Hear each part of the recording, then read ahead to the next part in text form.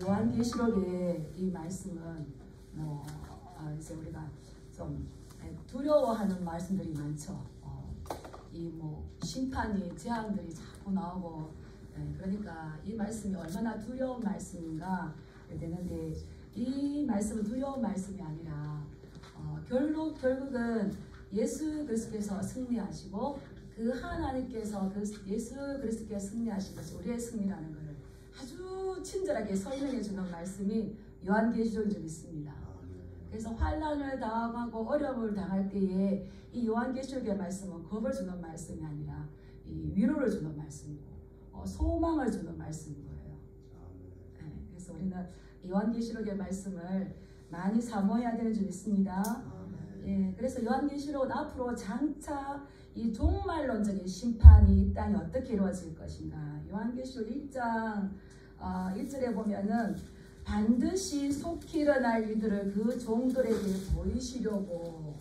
이런 요한계시록에 기록된 일들은 그냥 어떤 이론적으로 기록된 것이 아니라 우리가 펴서니까 한번 읽어볼까요?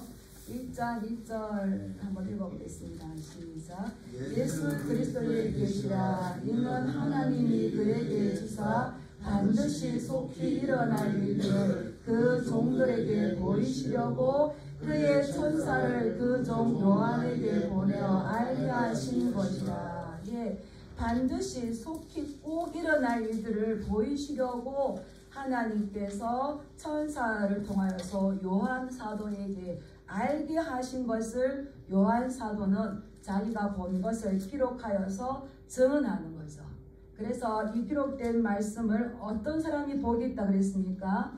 읽는 자와 듣는 자와 그 가운데 기록한 것을 어떻게 하는 자? 지키는 자가 복이 있는데 때가 가까움이라. 그래서 이것을 읽는 자, 듣는 자. 근데 예수님께서는 귀 있는 자는 들을지어다 들을지었는데 듣고 깨닫는 자가 복이 있다 그랬어요. 그래서 이 말씀을 듣고 깨닫는 은혜가 있으시길 축복합니다. 이것은 장차 앞으로 속히 반드시 이루어질 하나님의 일들인데 이것을 이렇게 기록해서 보여주는 것은 앞으로 이런 고난이 왔을 때에 너희가 끝까지 이기고 인내하고 승리하여라. 그래서 내가 너희들을 새하늘과 새 땅에 됐을 때에 우리가 함께 살기를 원한다. 이 말씀인 거죠. 계시록 18장 4절에 보면 이런 말씀이 있어요. 내 백성아 거기서 나와서 그 죄에 참여하지 말고 그가 받을 재앙을 받지 말라. 이 말씀이 있어요. 내 백성아 거기서 나와라. 18장에서 말하는 거기는 바벨론이에요. 바벨론은 지금 요한계시록이 기록될 당시 로마예요. 이 바벨론은 어떤 사치, 향락, 쾌락, 세상의 성공이 가득한 그곳이라는 겁니다. 거기에서 어떻게 하라고? 나오라고. 그래서 그 죄에 참여하지 말고 그가 받을 재앙을 받지 말라. 나오라. 여기가 다가 아니다. 너희는 거기에 나와서 그들이 받을 재앙에 함께 참여하지 말라. 우리에게 이제 경고의 말씀을 주시는 거죠. 그래서 앞으로 종말론적인 심판은 반드시 있을 것인데 이 말씀을 통하여서 따라해 볼까요? 너희는 여기를 떠나라. 사치의 옷과 향락의 옷을 입는 것보다는 깨끗한 세마포 옷을 입어야 된다. 이 깨끗한 세마포 옷은 성도의 옳은 행실이다. 거룩한 행실. 그런데 이 세상에서 계속 머물면은 어떻게 될까요? 그들이 받을 재앙에서 떠나라 했는데 나는 그냥 여기가 좋아요. 선택할 수 있지만 종말론적인 심판을 같이 당한다는 겁니다. 심판은 성도가 당할 일이겠습니까? 사단과 그들의 추종자가 당할 일입니까? 맞아요. 하나님의 심판, 진노, 재앙은 성도들 당할 게 아니에요. 이것은 사단이 당할 거고 사단을 따라갔던 그 추종 세력이 당할 겁니다. 그런데 왜 우리가 거기서 나와야 하냐면 우리가 중요한 거는 그들과 같이 있는 이 세상에 그들과 함께 살고 있다는 겁니다. 그들과 함께 살고 있어서 우리도 눈을 크게 뜨고 이것을 분별하지 못하면 깨어있지 못하면은 그냥 미혹되고 유혹되어서 그 뒤에 배후가 누가 있는지를 깨닫지 못하고 그냥 이제 사는 거예요. 그래서 육신에 따르는가 영에 따르는가, 영을 따른다는 건 성령을 쫓아가는 거잖아요. 그래서 너희가 그냥 사는 것이 아니라 심판의 대상이 되지 않도록 구원이 될 수 있도록 눈을 크게 뜨고 항상 깨어서 이 하나님의 말씀을 온전히 쫓아라. 그래서 그러하지 않을 때에는 불못에 던져진다 나왔어요. 불못, 어디 지옥이잖아요. 지옥은 누가 갈까요? 예수 그리스도의 복음에 순종하지 않는 자들. 근데 또 보면 두려워하는 자들도 불못에 던져진다. 이런 어려움들, 괴로움들, 위기, 환란이 왔을 때에 나 예수님 안 믿는 게 아니에요. 근데 두렵기 때문에 이거를 불신앙적인 모습으로, 그래서 네 믿음을 가지고 나가지 못한다는 것은, 두려워한다는 것은 최종적으로 어떻습니까? 하나님에 대한 신뢰가 없다는 거예요.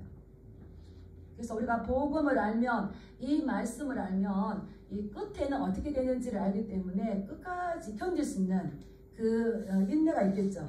그래서 두려워하는 자들도 역시 불못에 던져지는데, 그렇게 하려면은 우리가 교회의 역할이 무엇인가, 이 증인의 역할이 무엇인가, 어린 양의 편에 지속적으로 서서 어린 양을 따라가는 삶을 따라야 된다는 겁니다. 그것을 말해주는 본문인 오늘 우리가 읽은 11장 이 말씀인 거예요.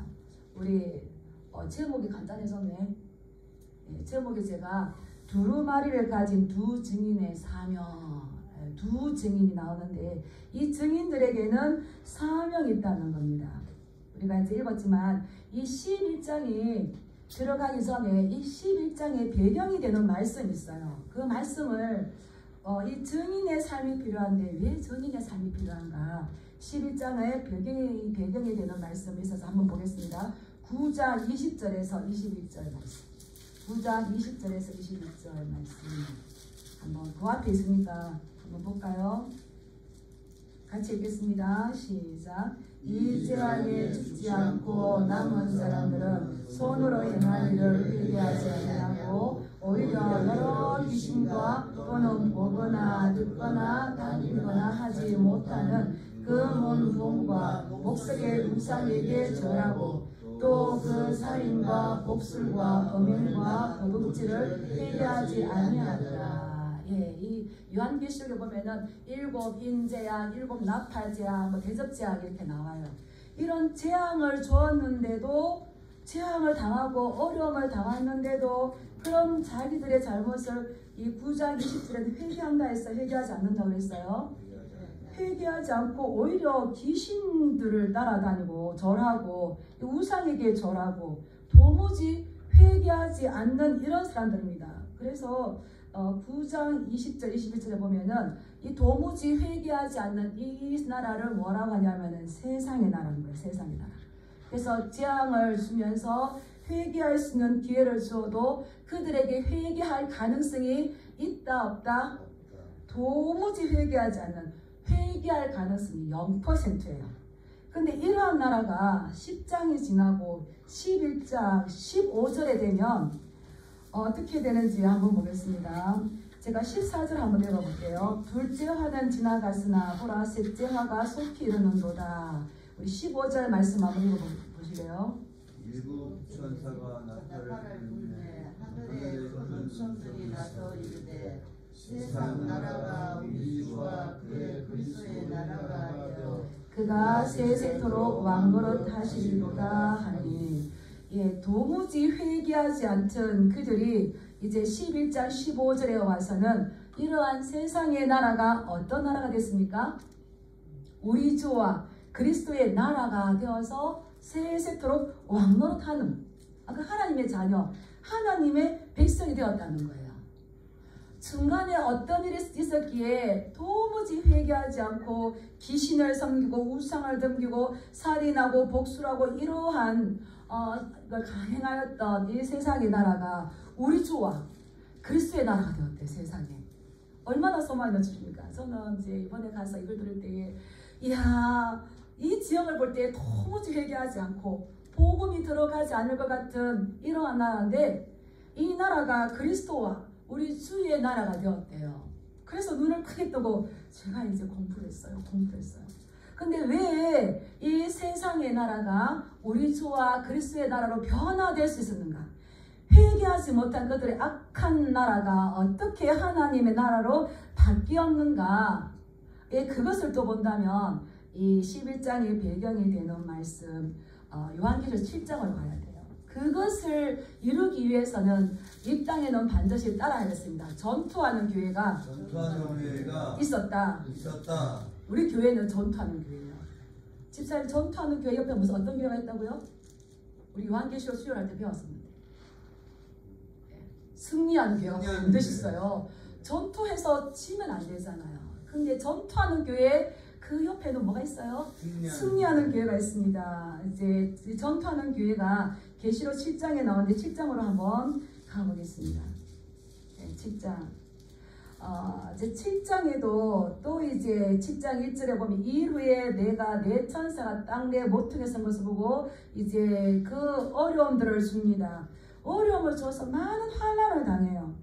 환난을 당하는데 요한의 눈을 들어서 다른 한 곳을 바라보게 만듭니다.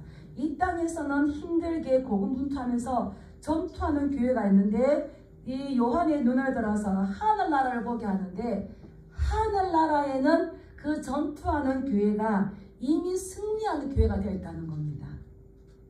예, 이 현재가 과거적 현재, 미래적 현재. 미래에 일어날 일들이지만 지금 우리에게 현재로 보여주고 있는 거죠. 우리 7장 9절 말씀 한번 읽어볼까요? 시작. 이 일 후에 내가 보니 각 나라와 족속과 백성과 방언에서 아무도 능히 셀 수 없는 큰 무리가 나와 흰옷을 입고 손에 종려가지를 들고 보좌 앞과 어린 양 앞에 서서 10절 큰 소리로 외쳐 이르되 구원하시니 보호자에 앉으신 우리 하나님과 어린 양에게 있도다. 예, 이 9절 말씀에 보니까 이러한 전투하는 교회가 있는데 그 후에 하늘나라를 보니까 아무도 능히 셀 수 없는 큰 무리가, 이거를 요한계시록의 말로 하면은 14만 4천이라는 거예요. 14만 4천. 예, 14만 완전하게 채워질 숫자, 더 이상 채워질 수 없는 충만한 숫자. 이거를 이제 이단에서는 우리가 들어가야 된다 이렇게 하잖아요. 그런데 이것은 하나님의 교회, 하나님의 백성이 믿습니다. 아멘. 예, 이 능히 셀 수 없는 큰 무리가 무엇을 입고? 흰 옷을 입고 손에는 승리를 상징하는 무슨 가지를 들고? 종려 가지를 들고 하나님 앞과 어린 양 앞에 서서 어떤 노래를 불러요? 구원하시니 보좌에 앉으신 우리 하나님과 어린 양께 있도다. 이렇게 불러요. 이거 좀 봤어요. 그런데 밑에 쭉 내려오니까 13절에 이제 장로가 요한에게 묻습니다. 이 흰옷 입은 사람들이 누구냐? 이 흰옷 입은 사람들이 어디서 오냐? 이렇게 물으니까 14절, 10장 14절 찾으셨어요? 예, 요한이 대답합니다. 한번 읽어보겠습니다. 시작. 내가 말하기를 내 주여 당신이 아시나이다 하니 그가 나에게 이르되 이는 큰 환난에서 나오는 자들인데 어린 양의 피에 그 옷을 씻어 희게 하였느니라. 예, 이 흰 옷을 입고 하나님 앞과 어린 양 앞에서 찬양하고 있는 이들이 어디서 오며 이들이 누구냐? 요한에게 묻는데 요한은 알 수가 없어요. 그래서 그 장로에게 당신이 압니다 라고 하는데 그 장로가 뭐라고 가르쳐줍니까? 이렇게 흰 옷을 입고 노래하는 이들은 어디에서 나온 자들이라고요? 큰 환난에서 나온 자들. 이 큰 환난에서 나온 자들은 이들은 또한 어디에서 그 흰 옷을 씻었다고요? 예, 어린 양의 피에 씻어서 그들이 깨끗한 옷을 입었다는 거예요. 어린 양의 피에 뭡니까? 우리 예수 그리스도의 그 죽으신 거죠. 그래서 이들이 어린 양의 피에 씻어서 깨끗한 흰 옷을 입었다는 것은 이 성도들도 예수님께서 우리를 위해서 죽어주신 것처럼 그들도 순교적인 정신을 가지고 순교적인 각오를 가지고 이 땅에서의 삶을 살아내서 승리한 자들이라는 겁니다. 그래서 요한계시록의 맥락에서 본다면 진정으로 예수님의 말씀을 따른다는 것은 어떤 의미인가 하면은 순교라는 순교자적인 각오가 있다는 거예요. 그래서 그들이기 때문에 어디서 나왔어요? 큰 환란에서. 이 요한계시록은 성도들이 당하는 고통을 큰 환란이라고 해요. 뭐 진노나 심판이나 재앙이라 말하지 않고 그것은 마귀와 사단이 당할 거고 이 성도가 당하는 것을 큰 환란이라고 해요. 이 환란을 왜 당한다고요? 하나님의 말씀을 지키기 위해서 당하게 되는 그 어려움들. 거기에서 큰 환란 당할 때에 거기서 누가 건져주시는 겁니까? 하나님께서. 그래서 구원은 어디서부터 이루어지는가 따라 해보겠습니다. 환란에서 구원은 이루어진다. 예, 그 환란을 당하여서 어려움이 있지만 거기에서 하나님께서 그들을 구해주기 때문에 이들은 결국은 사단의 핍박에서 승리하게 된다는 겁니다. 그래서 이 요한계시록 순교인데 우리가 피를 흘리고 죽는 그때 이 요한계시록이 기록될 당시 요한계시록 1세기 2세기 때의 그 로마 시대의 기독교인들의 어려움을 우리가 좀 알잖아요. 원형 경기장에서 사자의 밥으로 죽어가고 찢겨지는 그런 어려움, 그 순교적인 거죠. 그런데 이런 피를 흘리면서 순교하는 거 그뿐만 아니라 어떤 것도 순교로 쳐주냐면 따라하면서 순교자적인 각오, 결단. 네. 저희 교회사를 가르치셨던 탁지혜 교수님은 그걸 뭐라 그러냐면 순교에도 적색 순교가 있고 백색 순교가 있대요. 적색 순교는 피를 흘리면서 당하는 거지만 적색 순교 피를 흘리지만 백색 순교는 정말 순교자적인 그 각오로 살아가는 것을 이야기하는데 그들을 하나님께서 큰 구원에서 큰 환난에서 나오고 어린 양의 피에 그들의 옷을 씻어서 회개했던 그들에게 하나님의 나라에서는 흰옷을 입고 정려 가지를 들고 하나님 보좌 어린 양 앞에서 이 구원하심이 어린 양에게서 나왔습니다 라고 하나님을 찬양할 수 있는 줄 믿습니다. 아멘. 그러고 말해주는 거예요. 그들에게는 복이 있어요. 큰 복이 있어. 우리 15절 한번 읽어보겠습니다. 15절 시작. 그러므로 그들이 하나님의 보좌 앞에 있고 또 그의 성전에서 밤낮 하나님을 섬기며 보좌에 앉으신 이가 그들 위에 장막을 치시리니. 예. 이들은 오랫동안 그렇게 지낸 것이 아니라 하나님께서 그들을 이제는 보좌 앞으로 하나님께서 그들과 함께 하시는 이 놀라운 복을 주신다는 겁니다. 하나님 앞에서 밤낮 하나님을 섬기고 하나님께서 그들에게 장막을 쳐주세요. 이게 장막을 친다는 것은 보호해준다 주신다는 거거든요. 그래서 그들은 다시 줄이지도 아니하고 목마르지도 아니하고 이 신앙에 이 해받는 거, 이 뜨거움 때문에 방황하거나 유리하지 않는다는 겁니다. 그리고 또한 어떤 일이 있느냐? 17절 한번 읽어보겠습니다. 시작. 이는 보좌 가운데에 계신 어린 양이 그들의 목자가 되사 생명수 샘으로 인도하시고 하나님께서 그들의 눈에서 모든 눈물을 씻어 주실 것이니라. 아멘. 그 보좌 가운데에 계신 어린 양, 우리 주 예수 그리스도께서 이제는 그들과 함께 하실 뿐만 아니라 그들의 목자가 돼서 영원히 목마르지 않는 갈증이 없는 생명샘 샘으로 인도하실 뿐만 아니라 그들이 이 땅에 있을 때 모든 수고의 눈물을 씻어 주시는 줄 믿습니다. 아멘. 지금 이 땅에서 이 요한이 그런 고통 가운데 있을 때에 이것이 끝인가 라고 했을 때 눈을 들어서 계시를 바라보면서 천상을 바라볼 때에 이러한 장면을 이렇게 다 보게 만드는 거예요. 그래서 이거를 볼 때에 인내하고 견디고 참고 승리하여서 전투하여서 승리하여서 우리가 천상에서 새하늘 같은 땅에서 영원히 함께 살자. 이걸 좀 보여주는 거예요. 그러나 눈을 현실로 돌아오면은 현실은 어떻다는 겁니까? 여전히 고난당하고 환난당하고 순교하는 일들이 일어난다는 겁니다. 그렇지만 이 계시를 보고 환상을 봤을 때 네가 어려움을 당할 때에 너희의 내가 장막을 쳐서 끝까지 너는 나의 것이기 때문에 내가 너를 보호해 줄 거야. 이것을 기록하여서 교회들에게 이것을 알게 해라. 요한계시록이 우리의 소망이 되게 축복합니다. 네, 어렵고 힘들 때요. 이 요한계시록을 보면 그렇지.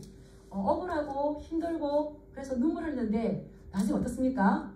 하나님께서 우리 눈에 모든 눈물을 닦아주신대요. 얼마나 좋은지.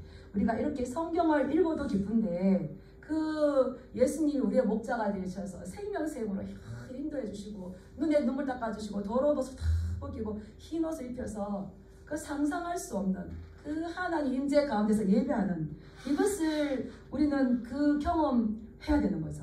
이것을 사모해야 되는 거죠. 이것이 우리에게 소망이 되길 주님의 이름으로 축복합니다.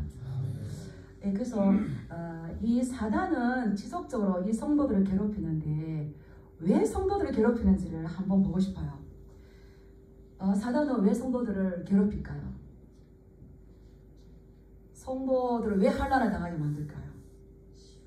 예, 우리 6장 9절 10절 한번 가보겠습니다. 6장 9절 10절. 6장 9절 10절 같이 한번 읽어보겠습니다. 시작. 다섯째 이날 되실 때에 내가 보니 하나님의 말씀과 그들이 가진 증거로 말미암아 죽임을 당한 영혼들이 제단 아래에 있어 큰 소리로 불러 이르되 거룩하고 참되신 내 주제여 땅에 거하는 자들을 심판하여 우리 피를 갚아주지 아니하시기를 어느 때까지 하시려 하나이까 하니. 예, 하나님께서 이 최종적인 심판을 이 땅 가운데 행하십니다. 하나님께서 최종적인 심판을 행하시는데 천사들이 그 하나님의 심판을 수종들어서 수행하는데 이 최종적인 심판을 하게 만드는 시발점, 출발점은 놀랍게도 어디라는 겁니까? 어디라는 겁니까? 예, 죽임당한 영혼들의 제단 아래에서 언제 우리의 피를 갚아주시겠습니까? 어느 때까지 참고만 계시겠습니까? 우리의 원한을 갚아주소서. 9절 10절 이 말씀이거든요. 이렇게 기도한다는 거예요. 이렇게 기도가 출발이 되어서 하나님께서 성도들을 괴롭히는 사단과 그의 추종자들을 심판한다는 겁니다. 오늘 우리도 읽었어요. 오늘도 우리 10편 13편 교동문 할 때 내 원수가 나를 치며 자랑하기를 어느 때까지 하리까? 하나님 어느 때까지 힘들게 하시겠다. 주님 도와주세요. 주님 도와주세요. 이렇게 할 건데요. 하나님께서 성령을 보내시고 일을 이루어 주시잖아요. 똑같이 지금 순교자들이 그 제단 아래에서 큰 소리로 막 하나님 앞에 호소하는 거예요. 대주제 하나님, 땅에 거하는 자들 누굽니까? 이 사단의 세력들, 땅에 거하는 자들을 심판하여서 우리 피를 갚아주지 않겠습니까? 어느 때까지 우리가 참아야 됩니까? 이렇게 기도하니까 그 기도를 들으시고 하나님께서 이 악인들을, 사단의 세력을 심판하신다는 겁니다. 그래서 이 기도하면 기도할수록 사단은 자기의 나라가 어떻게 된다는 거? 끝장난다는 걸 아는 거예요. 그래서 기도하도록 놔둘까요? 놔두지 않을까요? 놔두지 않아요. 우리는 기도를 가볍게 여기서는 안 됩니다. 예, 요한계시록에는 많은 대접에 향이 가득한 대접을 가졌는데 향이 가득한 그 대접은 뭐라? 기도. 예, 기도. 천사가 금향로에 많은 향을 받아서 모든 성도의 기도와 합하여서 누구 앞에 갖다 드린다고요? 하나님 보좌 금제단 앞에 갖다 드리니까 이 천사가 제단에 불을 담아다가 응답으로 이 땅에 던질 때는 뭐가 나옵니까? 우레와 음성과 번개와 지진이 나서 사단이 계획하고 전략했던 모든 것들이 다 파쇄되어 버린 겁니다. 제가 이제 이거를 아작이 난다고 하니까 예전에 어떤 집사님 목사님 아작이 난다는 말을 쓰지 마십시오 이렇게 하더라고요. 다 박살이 나는 거예요. 박살이 나는 거를 아니까 사단은 자기의 나라가 더 가기 위해서 누가 뭘 안 해야 되는 겁니까? 성도가 기도를 안 해야 되는 거예요. 에스겔 말씀에 보면은 너희가 이 일이 이루어진다 할지라도 너는 내게 기도해야 하는 말씀. 그래서 요한계시록은 우리가 전투하는 교회지만 전투하는 교회에게 정말로 진 사명으로 지속적으로 요구하시는 것 따라서 끊임없이 기도해라. 끊임없이 기도해라. 그래서 이 왜 성도가 환난을 당하고 어려움을 당하고 위기가 오고 마음의 괴로움이 오냐면 기도하지 못하도록, 전도하지 못하도록, 낙심하도록 하는데, 또 그게 아니라면 유혹하고 미혹하겠죠. 그러나 우리가 기도하면 사단의 나라는 패망한 줄 믿습니다. 기도하면 마귀는 떠나간 줄 믿습니다. 네, 그러하여서 이것이 이루어졌을 때에 이 세상의 나라가 주와 그리스도의 나라가 된다는 겁니다. 네, 이 사명을 받으시길 축복합니다. 네, 그럼 또 두 번째 이 11장의 배경이 되는 말씀이 있는데요. 제가 이 배경이 되는 말씀을 이렇게 찾다가 설교 끝나면 어떻게 하지? 시간 되면 제가 마치겠습니다. 그 다음에 하더라도 또 이제 두 번째 이 11장의 배경이 되는 말씀이 요한계시록 10장 8절에서 11절 말씀. 8절 네. 8장 8절에서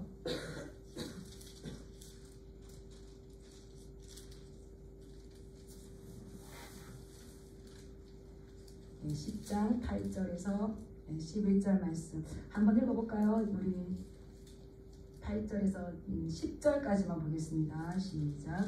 하늘에서 나서 내게 들리던 음성이 또 내게 말하려되 내가 가서 바다와 땅을 밟고 서 있는 천사의 손에 펴 놓인 두루마리를 가지라 하기로, 내가 천사에게 나아가 작은 두루마리를 달라 한즉 천사가 이르되 갖다 먹어버리라. 내 배에는 쓰나 내 입에는 꿀같이 달리라 하거늘, 내가 천사의 손에서 작은 두루마리를 갖다 먹어버리니 내 입에는 꿀같이 달나 먹은 후에 내 배에서는 쓰게 되더라. 11절. 그가 내게 말하기를 내가 많은 백성과 나라와 방언과 임금에게 다시 예언하여야 하리라 하더라. 이 두루마리가 나왔어요. 이거는 어디 말씀을 가져왔을까요? 에스겔 말씀.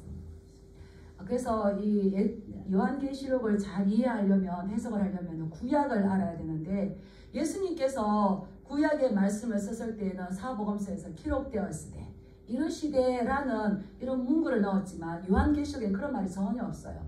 이미 지금 환난과 어려움 가운데서 이 신앙을 지키는 사람을 이렇게 말하면은 구약 어디에 나왔다는 것을 바로 알죠.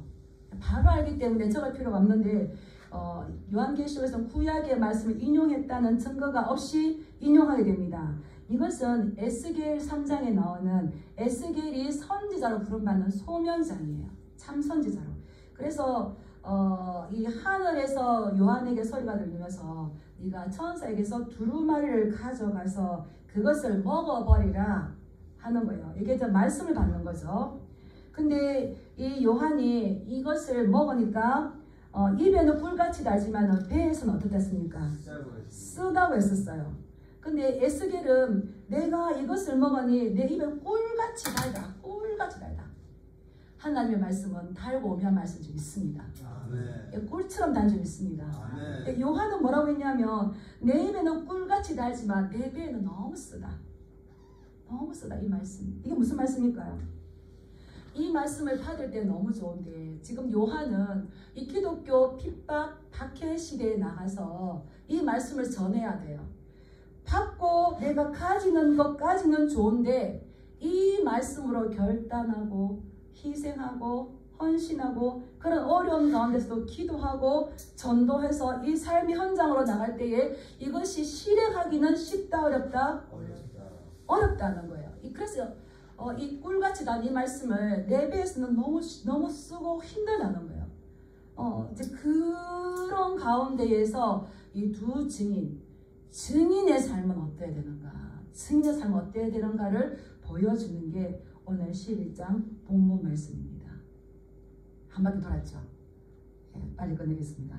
우리 11장으로 와서 1절, 2절 말씀 한번 읽어보겠습니다. 시작. 또 내게 지팡이 같은 갈대를 주며 말하기를 일어나서 하나님의 성전과 제단과 그 안에 경배하는 자들을 측량하되 성전 바깥마당은 측량하지 말고 그냥 주라. 이것은 이방인에게 주었은즉 그들이 거룩한 성을 먼 2달 동안 짓밟으리라. 아멘. 이런 어려움들이 있지만 하나님께서 측량하실 때가 있는데 이 성전과 제단과 그 안에서 경배하는 자들을 측량하셔요. 측량하시는 목적이 뭐겠습니까? 심판하실 때 보호하기 위해서. 이렇게 실행하기는 너무 힘들고 어렵지만은 그러한 자들 하나님께서 보호하시기 위해서 제단에서 성전에서 경배하면서 그들이 울면서 이 사명을 감당하는 자들을 하나님께서 측량해서 보호 안으로 이렇게 줄을 그어준다는 거죠. 그래서 보호하시기 위해서 측량하지만 측량하지 말아야 될 자들이 있어요. 누굽니까? 예, 성전 밖에 있는 자들. 그들은 이미 이방인들이고 세상 나라 사람들이죠.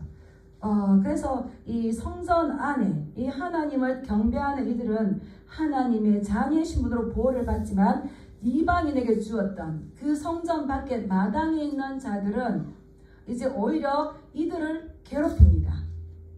힘들게 합니다.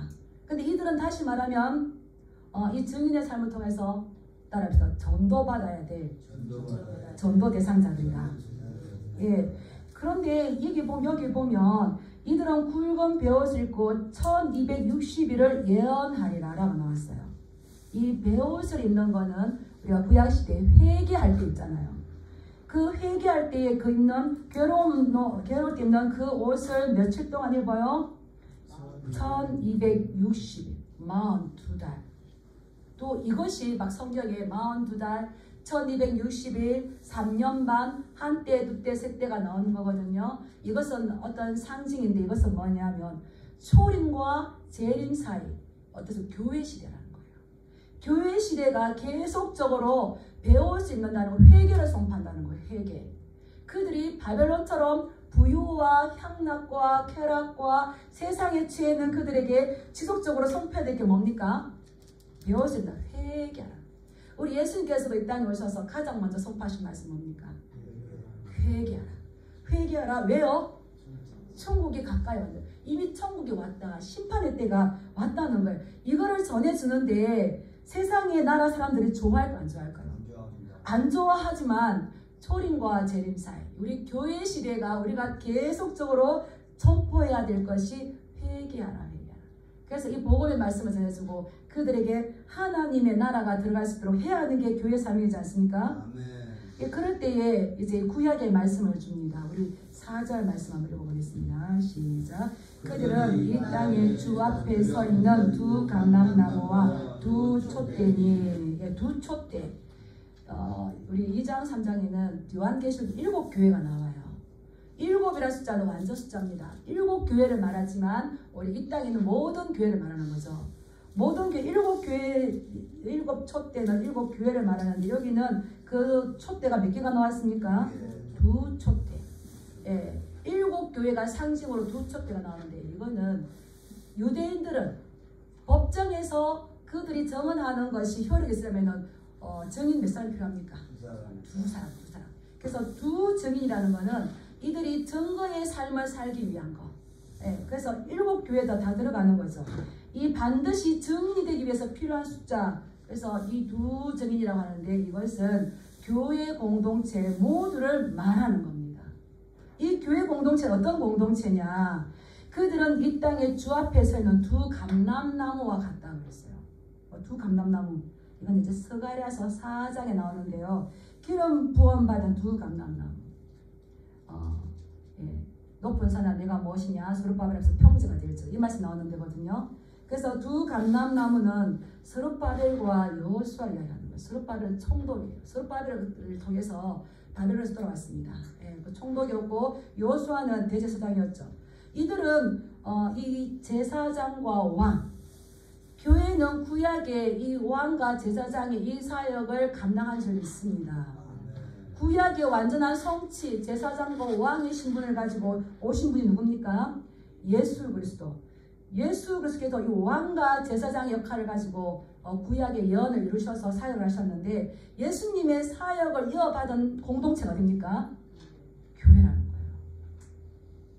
그래서 너희는 이 제사장과 왕 같은 사역을 세상을 향하여서 해야 된다는 말씀이죠. 그 말씀 고면하는 겁니다. 근데 또 5절에서 6절 말씀을 보면은 그들의 입에서 불이 나와서 원수를 삼키고 예언하는 동안 비가 오지 않고 물을 피로 변하게 하고, 누구 이야기입니까? 비가 기도하였더니 3년 6개월 동안 비가 오지 않고. 그렇죠, 엘리야. 요한계시록에서는 구약을 인용한다는 말이 전혀 없이 구약이 나옵니다. 우리가 알아차려야 돼요. 그러면은 물을 피로 변하게 했던 건 누구를 이야기하는 겁니까? 모세. 10가지 재앙일 때에 이 모세. 그래서 이 엘리야는 선지자의 대표예요. 그리고 모세는 이 율법의 대표입니다.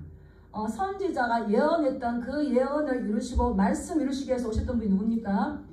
예, 이 예수 그리스도인 거예요. 그분이 이 감당하셨던 그이들의 지금 교회가 감당해야 되는데, 엘리야와 모세의 특징이 뭐냐면 그들은 자기 하나님의 나라를 대적하는 대적자들과 싸웠어요. 하나님의 나라를 인정하지 않는, 백성을 버리지 않는 애굽의 바로 왕과 지속적으로 적대 관계 가운데에서 지속적으로 그들과 대립 관계를 나눴어요. 엘리야는 어떻습니까? 이스라엘 땅에 우상을 가져왔던 바알을 가져왔던, 아세라 신을 가져왔던 아합과 이스라엘은 지속적으로 이 대적 세력을 가지고 싸워왔어요. 그렇다면 오늘날 교회가 해야 할 일은 뭡니까? 구약의 정신을 이어받아서 예수님께서 이러한 사역을 감당하셨던 것처럼 교회도 여전히 교회의 대적들과 대립되는 이 사역을 감당해야 되는데, 그 사역을 감당해야 될 자들이 교회의 공동체, 증인의 공동체, 우리의 사명이라는 겁니다. 이해가 좀 가십니까? 예. 그런데 이들에게 그 결과가 아주 비참해요. 우리 7절, 8절 말씀 한번 읽어보겠습니다. 시작. 그들이 그 증언을 마칠 때에 무적행으로부터 올라오는 짐승이 그들과 더불어 전쟁을 일으켜 그들을 이기고 그들을 죽일 터인즉 그들의 시체가 큰 성길에 있으리니 그 성은 영적으로 하면 소돔이라고도 하고 애굽이라고도 하니 곧 그들의 주께서 십자가에 못 박히신 곳이라. 이들이 이 정언을 마칠 때, 사역이 끝날 때에 무적행으로부터 짐승이 사단이 올라오는데, 그런 짐승, 이 사단의 추종자들에 의해서 이러한 교회의 증인들이 사라져 죽어버려요. 하나님, 그리고 그 죽은 곳이 그들의 시체가 큰 성길에 있는데, 그들이 죽은 곳이 어디입니까? 예수님께서 십자가에 못 박히신 곳. 주도 곤욕 당했으니 나도 곤욕 당하리라. 이 찬양이 있지만, 내가 주님께서 우리 위해서 곤욕을 다 당해주셨기 때문에 우리가 하나님의 나라를 위해서 이렇게 증인의 삶, 하나님의 말씀을 위해서 이 환난을 당하면 마지막 때에 하나님께서 너 정말 잘했다, 평안으로 우리를 인도해 주시면 좋은데, 그들의 죽음까지도 어떻게 된다는 겁니까? 큰 성길에 버려진 이들의 죽음이 예수 그리스도께서 죽으신 그곳에 똑같이 따라가서 죽는다는 거예요. 따라서 교회는 예수 그리스도의 그 길을 따라가는 곳이다. 예수님을 끝까지 따라가는 곳이 교회인 거예요. 그러니까 내 백성아 거기서 나와라. 교회가 끝까지 추종하며 따라가야 될 것이 여긴데 부유와 사치와 성공과 거기에 갔었다가는 재앙을 당할 때 너도 재앙을 당한다는데, 이 교회가 이렇게 갔을 때에 그들은 큰 성길에 있는데 십자가에서 못 박힌 곳이고, 또 더 비참함이 이어집니다. 우리 9절 읽어볼까요? 시작. 백성과 족속과 방언과 나라 중에서 사람들이 그 시체를 사흘 반 동안을 보며 무덤에 장사하지 못하게 하리로다. 백성, 족속, 방언, 나라는 모든 나라 가운데에서 그런 두 증인의 삶, 교회가 죽는 것도 지금 어려운데 무덤에 장사하지 못하는 일들이 일어나는 거예요. 망자에 대한 최고의 예우가 뭡니까? 장사 지내주는 거. 그래서 다 장사 지내잖아요. 장례주는데 하나님의 말씀을 지키는 그 정언의 삶을 살았던 이 증인들의 삶은 그 결과가 십자가에 못 박힐 뿐만 아니라 그들의 시체들을 사흘 반 동안 무덤에 장사하지 못하는 더 비참한 일들이 최고의 수치가 있다 없다? 있다는 거예요. 저는 이거 할 때마다 우리 성도님들은 예수 그리스도를 사랑하시는 분 있습니다. 아멘. 그래도 이 길을 가시겠습니까? 아멘. 예. 그러고는 두 가지 있는데 10절의 말씀에 어떤 이들이 있는지 한번 보겠습니다. 시작. 이 두 선지자가 땅에 사는 자들을 괴롭게 한 거로 땅에 사는 자들이 그들의 죽음을 즐거워하고 기뻐하여 서로 예물을 보내리라 하더라. 예. 이 선지자가 땅에 사는 자들을 왜 괴롭게 했을까요? 자꾸 죄를 책망하는 거예요. 자꾸 죄를 드러내는 거예요. 회개하라 그러는 거예요. 막 귀찮게 하는 거예요. 그 괴로움을 당하던 그들이 죽었어. 예수 믿어도 별거 없네. 자기들끼리 좋아하고 기뻐하며 서로 예물을 보내요. 예물을 보내고 서로 기뻐 잔치해요. 여기서 끝이 날까요? 아닙니다. 우리 예수님께서 그들의 모든 것들을 보시고 마침내 오시죠. 우리 11절 말씀 보겠습니다. 시작. 3일 반 후에 하나님께로부터 생기가 그들 속에 들어가매 그들이 발로 일어서니 구경하는 자들이 크게 두려워하더라. 아멘. 예, 죽임을 당했지만 이들이 3일 반 후에 하나님께로부터 생기가 들어가서 그들이 발로 일어나요. 3일 만에 다시 일어나는 겁니다. 죽은 줄 알았는데 살아나는 겁니다. 3일 만에 부활하시고 성천하신 분이 누굽니까? 예, 예수 그리스도를 따라가기 위해서 비참하고 어렵고 큰 환난을 당하는 것 같지만 그래도 묵묵하게 그 길을 정인의 길을 척 따라갔더니 그냥 버림받고 장사 못 지내는 것 같지만 예수님을 끝까지 따라가다 보니까 누구처럼 지금 부활되는 겁니까? 예수님처럼 죽었다가 3일만 살아나서 승천하는 거예요. 승천하는 거예요. 그래서 그들이 발로 일어서니까 잔치하며 기뻐하며 비웃었던 그들이 어떻게 한다고요? 크게 두려워한다는 겁니다. 크게 두려워해서 놀라는 거죠. 그때 하늘에서 음성이 있습니다. 우리 12절 한번 읽어볼까요? 시작. 하늘로부터 큰 음성이 있어 이리로 올라오라 함을 그들이 듣고 구름을 타고 하늘로 올라가니 그들의 원수들도 구경하더라. 예수님께서 부활하시고 승천하셨어요. 승천하셨다는 것은 이제 만왕의 왕으로 심판주로 오시고 왕으로 등극하시는 거예요. 왕으로 등극. 하나님의 새 하늘 새 땅에는 하나님의 보좌가 있는 줄 믿습니다. 아멘. 예수님의 보좌가 있는 줄 믿습니다. 아멘. 24장로의 보좌가 있는 줄 믿습니다. 아멘. 24장로의 자리는 우리 교회에 올라갈 자리예요. 우리 또한 예수님께서 부활하시고 승천해서 왕으로 대관식을 치르신 것처럼 그래서 하나님께서 영광을 삼아주신 것처럼 높여주신 것처럼 이렇게 순교자적인 각오로 실제로 순교로 이 묵묵하게 알아주든 안 알아주든 이 길을 따라갔던 그들에게 예수님께서 부활 승천하셨듯이 그들을 일으켜서 승천하셔서 그들을 높여주신다는 거예요. 그들을 영광 삼아 주신다는 거예요. 그들이 구름을 타고 하늘로 올라가니 원수들도 구경하면서 놀라는 거죠.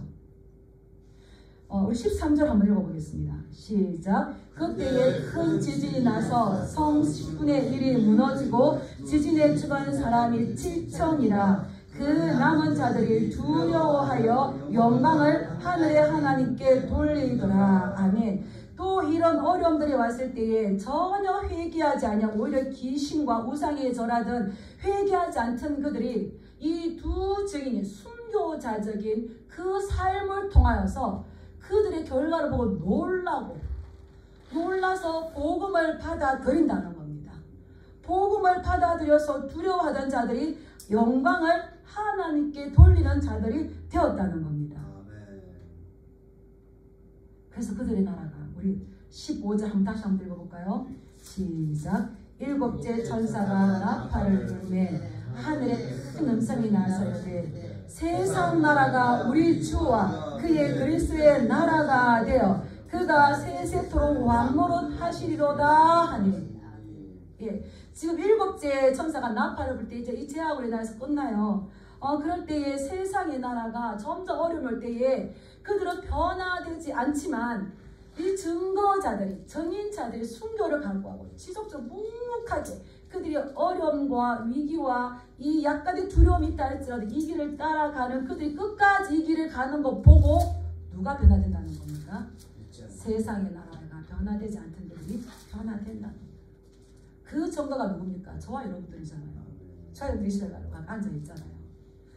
이러할 때에 우리의 꿈과 비전은 무엇이 되어야 되겠는가? 제가 이번에 가면서 동교 목사님에게 그 말 들었어요. 할머니에게 기도를 하셨어요. 기도를 하시는데 할머니가 기도를 마무리를 못 하시더래요. 그래서 담임 목사가 이 모든 것 하나님의 뜻이 이루어지기를 원합니다. 예수님의 이름으로 기도합니다. 이렇게 하시면 된다. 이러니까 이 할머니가 눈을 탁 뜨시면서 그럼 나 기도 안 합니다. 하나님의 뜻이 이루어지면 내 뜻은 안 이루어지는 거네요. 그러시더래요. 그래서 제가 그 순진한 할머니가 너무 귀엽기도 하신데 사실 우리의 모습이지 않겠는가. 내가 어려움 당하고 내가 좀 무시를 당하고 나에게 환란이 오더른다 할지라도 하나님의 뜻이 이루고 하나님의 계획이 이루어지고 하나님의 계획이 드러나는 것을 원하십니까? 에구 내 뜻이 안 이루어지면 하나님의 뜻이 이루어지는 건 상관없어요. 싫어요. 이 길을 가시겠습니까? 예. 저는 이 말씀을 배우다가 제가 너무 소망이 되면서 회개할 가능성이 없던 0%였던 그들을 이 저 두 증인의 삶을 통하여서 변화되어지는데 두 증인의 삶이 비참하게 장사 지내지 못하는 것까지 비참하게 낮아지고 멸시당하고 무시당하는 것 같지만 마침내 승리하신 그 예수 그리스도를 하나님께서 높여주시고 왕으로 높여주시고 영광 삼아주셨던 것처럼 잘 참고 인내하고 내가 새하늘 땅에서 너를 만날 때에 너 너무 수고 많았지. 이 땅에서 볼 때는 비참하고 어려운 것 같지만 하나님의 편에서 봤을 때 어떨까요? 얼마나 귀할까요? 그들이 어디에 들어간다는 겁니까? 그들이 새하늘과 새 땅에 들어간다는 겁니다. 그래서 20장, 22장에 새하늘과 새 땅이 나오는데 그때는 아무나 들어가는 것이 아니라 사단이 어려움을 주고 또 유혹을 주고 환란을 준다 할지라도 그게 굴하져 끝까지 인내했던 것. 사단은 창세 이르로 지금까지 승리한 적이 있을까요? 없을까요? 없습니다. 다 실패했습니다. 우리는 그들을 두려워하는 것이 아니라 이 세상의 나라가 하나님의 나라가 될 수 있도록 기도를 쉬지 마시고 또 복음 전하는 이들을 쉬지 마셔서 하나님께서 예수님을 높여주셨던 것처럼 우리 성도들도 높여주시고 영광 삼으셔서 그날에 새하늘과 새 땅에서 존귀한 자로 살아가는 저와 여러분들 되게 주님의 이름으로 축복합니다. 아멘. 잠시 기도하겠습니다.